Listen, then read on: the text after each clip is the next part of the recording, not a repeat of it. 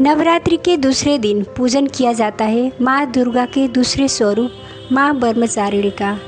ब्रह्म का अर्थ है तप और साधना और चारिणी का अर्थ है उसका आचरण करने वाली। इस प्रकार माँ ब्रह्मचारिणी का अर्थ है तप और संयम का पालन करने वाली देवी। माँ का ये स्वरूप साधना, त्याग, संयम और धैर्य का प्रतीक है। पुराणों के अनुसार माँ ब्रह्मचारिणी पर्वतराज हिमालय और रानी मैनावती की पुत्री पार्वती के रूप में जन्मी थी। बाल्यकाल से ही वे भगवान शिव को पति रूप में प्राप्त करने के लिए संकल्पित थी। इसी उद्देश्य से उन्होंने कठोर तपस्या शुरू की। पहले कई वर्षों तक उन्होंने केवल फूल और फल खाकर तप किया। फिर उन्होंने केवल कंदमूल और शाक पर जीवन व्यतीत किया। इसके बाद उन्होंने अनेक वर्षों तक केवल बेलपत्र खाकर तपस्या की और अंततः वे वर्षों तक बिना भोजन और जल के रहकर केवल ध्यान और साधना में लीन रही। उनकी इस अद्भुत तपस्या से पूरा ब्रह्मांड प्रभावित हुआ। देवताओं और ऋषियों ने भी उनके तप का गुणगान किया। अंततः उनकी तपस्या से प्रसन्न होकर स्वयं भगवान शिव ने उन्हें पत्नी रूप में स्वीकार किया।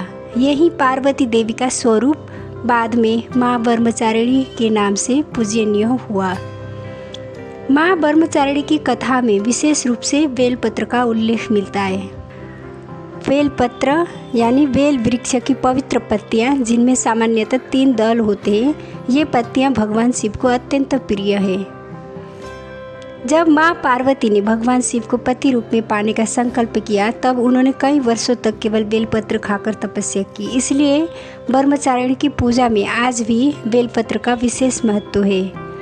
शास्त्रों में कहा गया है कि जैसे बेलपत्र शिव जी को प्रसन्न करते हैं, वैसे ही माँ ब्रह्मचारिणी की तपस्या में भी बेलपत्र त्याग, संयम और भक्ति का प्रतीक बने।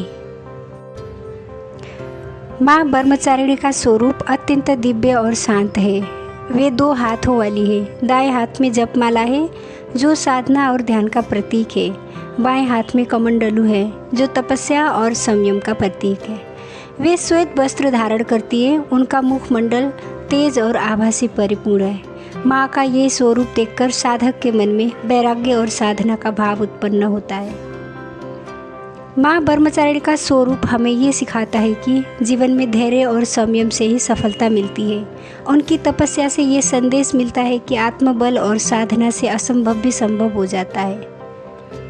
नवरात्रि के दूसरे दिन माँ ब्रह्मचारिणी की पूजा से साधक को तप, त्याग और संयम की शक्ति मिलती है।